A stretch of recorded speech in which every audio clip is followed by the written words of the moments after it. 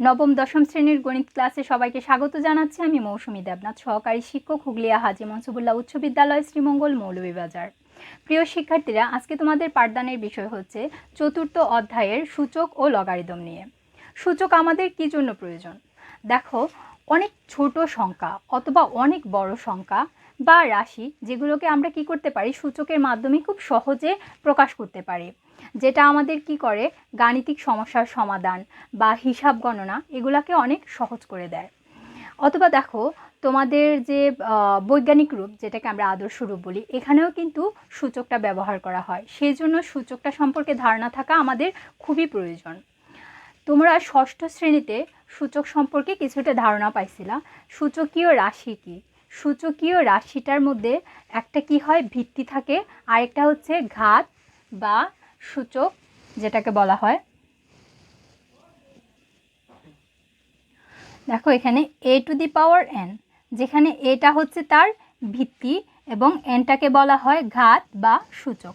এখানে এই ঘাত বা সূচক মানে এই সূচকীয় রাশির যে শর্তটা সেটা হচ্ছে a হবে a বিলংস টু r, আরটা হচ্ছে বাস্তব সংখ্যার সেট, আরটাকে বলা হয় বাস্তব সংখ্যার সেট, আর n belongs to Q, Q যেটাকে বলা হয় কিউটা হচ্ছে যে মূলদ সংখ্যার সেট, মূলদ সংখ্যার সেট। এই দুইটা শর্ত মানতে হয়। তবে বিশেষ ক্ষেত্রে কি হয়, n বিলংস টু n হয়, nটা হচ্ছে স্বাভাবিক সংখ্যার সেট।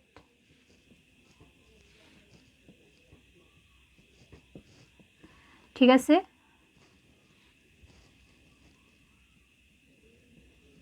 এবার তোমাদেরকে একটা উদাহরণের মাধ্যমে দেখাই। যদি এখানে 2 টু দি পাওয়ার 5 দেওয়া থাকে, তাহলে টুটা হবে তার ভিত্তি এবং 5টাকে বলা হবে তার ঘাত বা সূচক।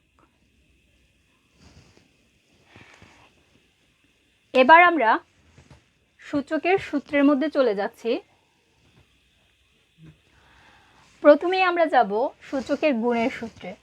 এখানে শর্ত কি দেয়া ছিল আগেই বলছি, a বিলংস টু r হবে যেটা বাস্তব সংখ্যার সেট, এবং mnটা হবে কি nটা হচ্ছে স্বাভাবিক সংখ্যার সেট। এখন গুণের ক্ষেত্রে যদি দেয়া থাকে যে a to the power m into a to the power n, তখন তোমাকে লিখতে হবে a to the power m plus n। তোমাকে একটা উদাহরণের মাধ্যমে দেখাই। যদি দেয়া থাকে যে 3 to the power 5 into 3 to the power 3, তখন তোমাকে লিখতে হবে 3 to the power 5 plus 3 equal 3 to the power 8। ঠিক আছে, এবার চলে যাচ্ছি আমরা ভাগের সূত্রে।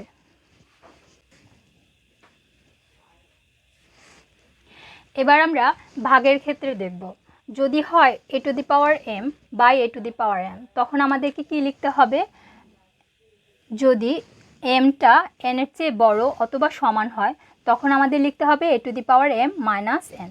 এটার আমি একটা এক্সাম্পল দিয়ে দিচ্ছি। যেমন ধরো, তোমার আছে 3 to the power 5 by 3 to the power 2 square, 3 square, যেটা এখানে দেখো এটা হচ্ছে কি m, এটা হচ্ছে কি n। যেহেতু mটা n এর চেয়ে বড়, তাহলে আমাদের কি লিখতে হবে, প্রথম সূত্রটা এখানে লিখতে পারি আমরা 3 to the power 5 minus 2 equal 3 cube. এবার দেখো, যদি nটা m এর চেয়ে বড় হয় তখন আমাদেরকে লিখতে হবে 1 by a to the power n minus m। এটার একটা এক্সাম্পল দিয়ে দিচ্ছি। যেমন ধরো, তোমার যদি হয় যে 3 টু দি পাওয়ার উপরে আছে 2, নিচে আছে 5, এটা তো m বুঝতেই পারতেছো, আর এটা হচ্ছে n। যেহেতু nটা বড় mটা ছোট, সেজন্য আমাদেরকে লিখতে হবে 1 by a to the power 5 minus 2, এটা হবে 3। অতএব আমরা লিখতে পারি কি 3 কিউব। ঠিক আছে, এবার আমরা চলে যাব 3 নম্বর গুণফলের ঘাত। এখানে এবিটা গুণ হিসেবে আছে এবং তার ঘাত দেওয়া আছে কত, n। তখন তোমাদেরকে লিখতে হবে a to the power n into b to the power n। যেমন ধরো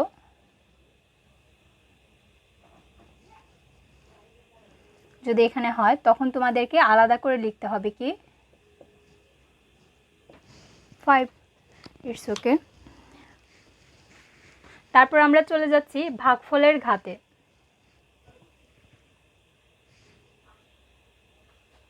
চার নম্বর সূত্র হচ্ছে ভাগফলের ঘাত। এখানে a/b দেয়া আছে এবং হোল টু দি পাওয়ার দেয়া আছে n।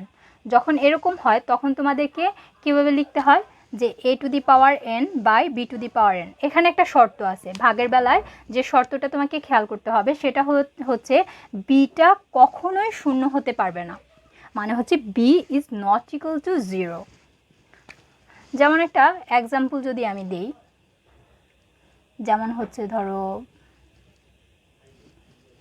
ঠিক আছে এই দেয়া আছে 5/3 হোল স্কোয়ার, তখন তোমাকে লিখতে হবে কি 5 স্কোয়ার বাই 3 স্কোয়ার। ঠিক আছে। আর যেটা খেয়াল রাখতে হবে গুণফলের ভাগফলের ঘাতের ক্ষেত্রে সেটা হচ্ছে যে বিটা কখনোই 0 হতে পারবে না। এবার হচ্ছে 5 নম্বর সূত্র, যেটা হচ্ছে ঘাতের ঘাত। দেখো এখানে দেয়া আছে কি a to the power m, ঠিক আছে, তার উপরে আরেকটা ঘাত দেয়া আছে যেটা হচ্ছে n। যেহেতু এখানে ব্রেকেট দেয়া আছে তার মানে দুইটার উপরেই বোঝাচ্ছে, তাই এরকম যদি হয় কোনো সংখ্যা তাহলে আমাদেরকে লিখতে হবে কি a to the power m n।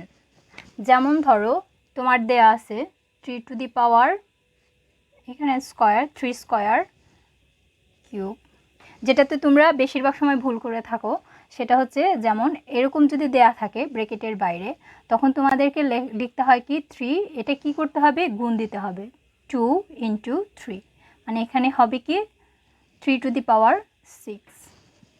ঠিক আছে।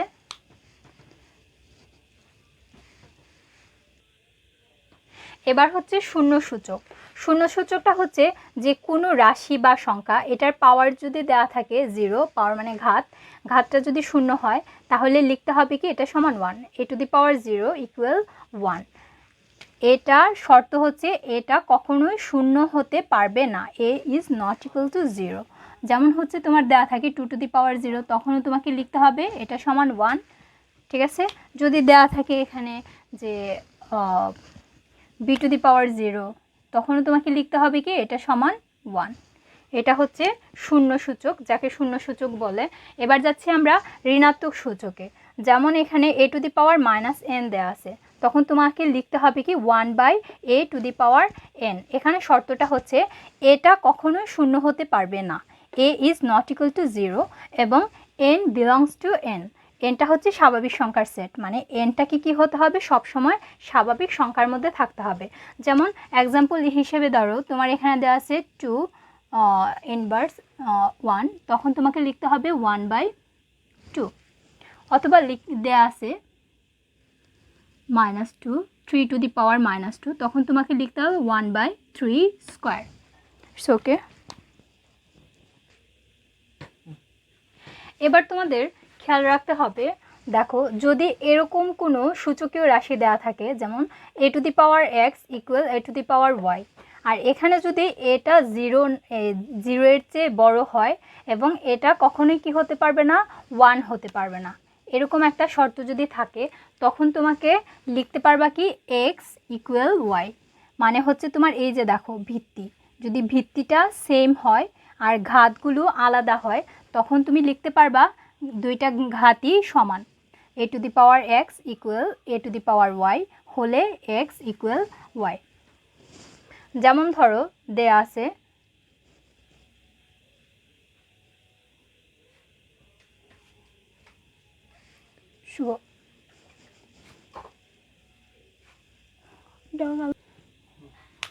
যেমন ধরো দেয়া আছে 2 to the power x equal 2 to the power 5, তখন তোমরা লিখতে পারবা কি x ইকুয়াল 5। এবার চলে যাচ্ছি 17 নম্বর গাণিতিক সমস্যায়, যেখানে দেয়া আছে কি 4 two the power x equal 8। দেখো এখানে 8টাকে যেহেতু 8-এর লসাগু নিলে কি হয় 2 ইন্টু 2 ইন্টু 2। এখানে তো 4 আমরা পাচ্ছি না, তাই না, এটাকে আমরা লিখতে পারি 2 কিউব। তাহলে আমাদের কি করতে হবে 4কে 2তে নিয়ে যেতে হবে, তাইলে 4 সমান আমরা কি লিখতে পারি 4 সমান লিখতে পারি 2 ইন্টু 2, মানে হচ্ছে 2 স্কোয়ার। তাহলে আমরা লিখব কি 2 square to the power x equal 2 cube, যেটা আমি এখানে বের করছি। এখন ঘাতের ঘাত যেটা সূত্র ছিল, সূত্রটা কি ছিল? a to the power m two the power n যদি এভাবে থাকে ঘাতের ঘাত, তখন আমরা লিখতে হয় কি a to the power m n। তাহলে আমাদের এটাকে কি করতে হবে? গুণ করতে হবে। গুণ করলে হবে কি 2 to the power twice x equal 2 cube. এবার দেখো তোমাদেরকে যে একটা শর্ত দেয়া ছিল, শর্তটা ছিল কি?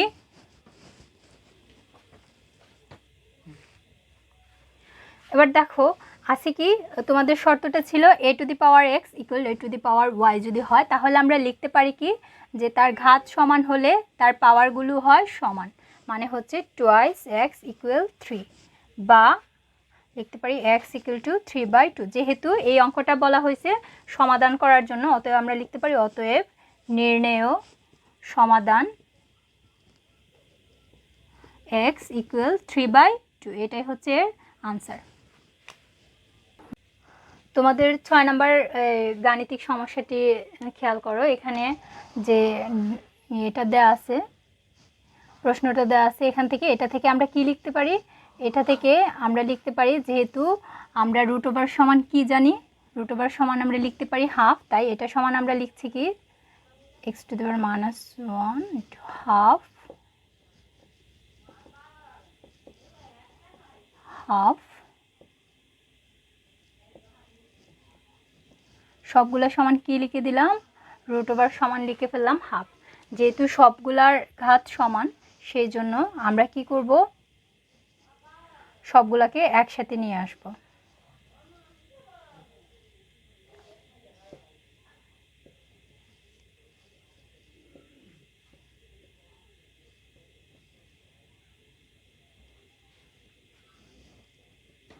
ঠিক আছে, এবার দেখো যেগুলার ভিত্তি সেম সেম যে জায়গায় আছে, এটা আমরা কি করতে পারি?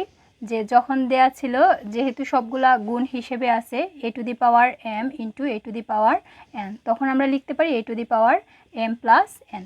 এই সূত্রটা আমরা এখানে লিখব। দেখো x টু দি পাওয়ার এখানে কি দেওয়া আছে? -1। এখানে x এর পাওয়ার কত? কিছু নাই, মানে এখানে আছে 1। y এর বেলায় সেম লিখব, এখানে আছে 1, যেহেতু এটা প্লাস করব এখানে -1। z এর বেলায় হবে কি -1 প্লাস 1। এটা পরের লাইন, ঠিক আছে।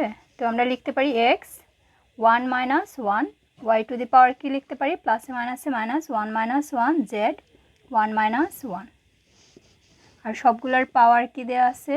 হাফ, বা x টু দি পাওয়ার 0, আর y টু দি পাওয়ার কি হবে? 0, এবং z টু দি পাওয়ারও হবে 0, হাফ।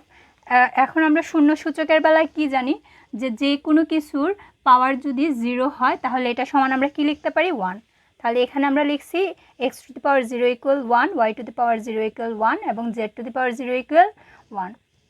সবগুলার পাওয়ার আছে হাফ, সবগুলোকে গুণ করলে হবে 1, এটার আনসার হবে 1। ভালো থাকবেন, সুস্থ থাকবেন, ধন্যবাদ সবাইকে।